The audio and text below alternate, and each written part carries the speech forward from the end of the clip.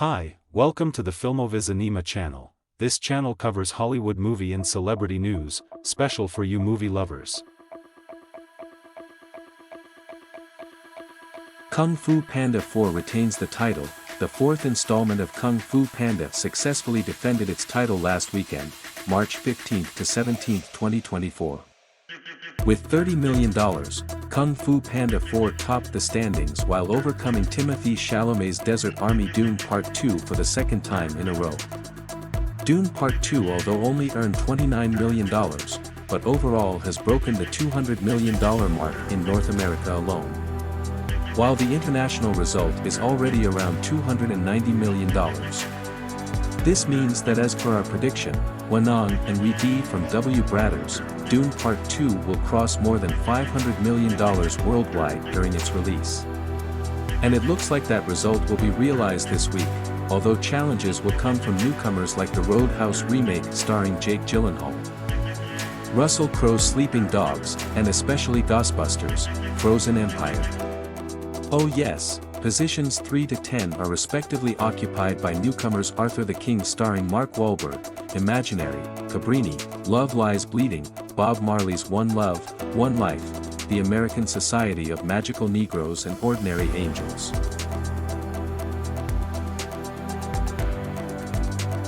Donnie Yen invited by David Leitch to reboot Kung Fu, stuntman and director specializing in action films. David Leitch secretly invited famous martial arts actor, Donnie Yen, to reboot Kung Fu.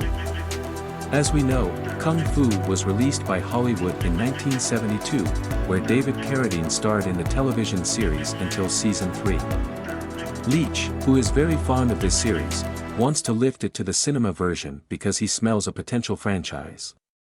Reason enough, considering Leitch has a very good track record as director of John Wick, Atomic Blonde, Deadpool 2, Fast and Furious Presents, Hobbs and Shaw, Nobody, Bullet Train and The Fall Guy later. To replace Carradine, he invited the actor whom Leitch admired since childhood, Donnie Yen. It was a match made in heaven. Yen agreed and the two of them have entered the early days of preparing the movie theater version of Kung Fu.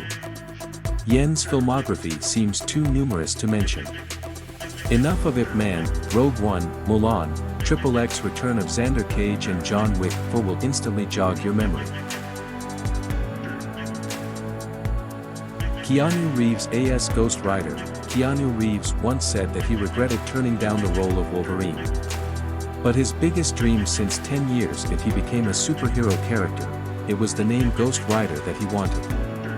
The Marvel character was raised by Nicolas Cage in 2 cinema films, Ghost Rider in 2008 and Ghost Rider, Spirit of Vengeance in 2011. Although the first volume of the film achieved decent results, due to the Spirit of Vengeance being heavily criticized, the end of Cage's adventure there as well as burying Ghost Rider's dream of continuing his adventures again. The MCU is now experiencing a bleak period after Avengers Endgame. Reeves, who is apparently still interested. Why not be invited to become the next MCU superhero? The boss, Kevin Feige is not thinking about Reeves. In fact, the actor has always been considered to play in Marvel films so far. We talk to him for almost every movie we make. We talk to Keanu Reeves about it. I don't know when, if, or ever he'll join the MCU, but we very much want to figure out the right way to do it, Feige said. Jake Gyllenhaal, Jude Law and Benedict Cumberbatch have all taken on roles that were originally intended for Reeves. With respect to Benedict, I don't know Doctor Strange as a superhero, as Reeves explained. Mel Gibson makes Mark Wahlberg an antagonist. After being a protagonist for a long time, Mark Wahlberg, finally made into an antagonist. It was Mel Gibson, the Lethal Weapon actor, who made Mark will play a villain in his latest movie, Flight Risk. Mel and Mark have previously worked together in films such as Daddy's Home and Father Stu. In the movie Flight Risk, Mark will be a pilot who is tasked with transferring dangerous criminals to a place. However, nothing is what it seems. For Mark, this villain role is the first time since 28 years ago. The moviegoers must have memorized right, at the beginning of his career, Mark became a psychopath who dated Reese Witherspoon in Fear in 1996. In the film that Brian Grazer called The Fatal Attraction of Teenagers, Mark and Reese's performances immediately catapulted their names into the ranks of famous young stars. For Mel Gibson, his involvement as a director here continues his career after he has worked on Braveheart, The Passion of the Christ, Apocalypto, or Hacksaw Ridge. About Flight Risk, Mark said that it was phenomenal. Really, me being the sponge and loving to work with people who have great talent and to be able to just watch him and be a student for the 20-some-odd days was remarkable.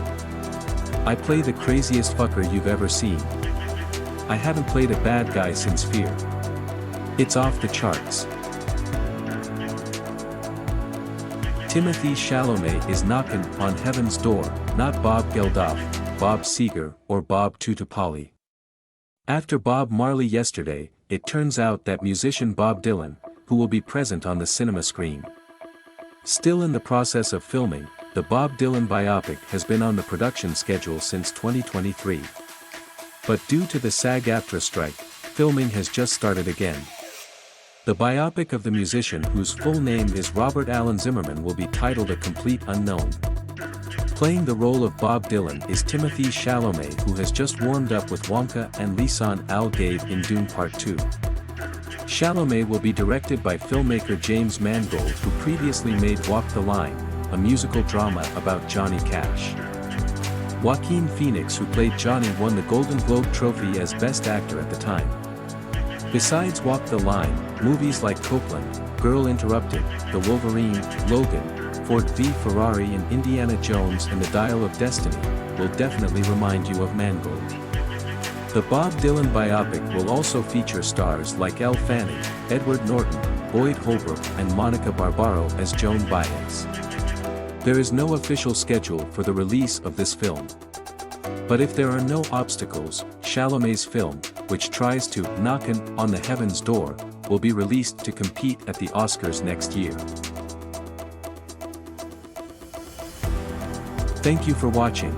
Don't forget to comment, like and subscribe.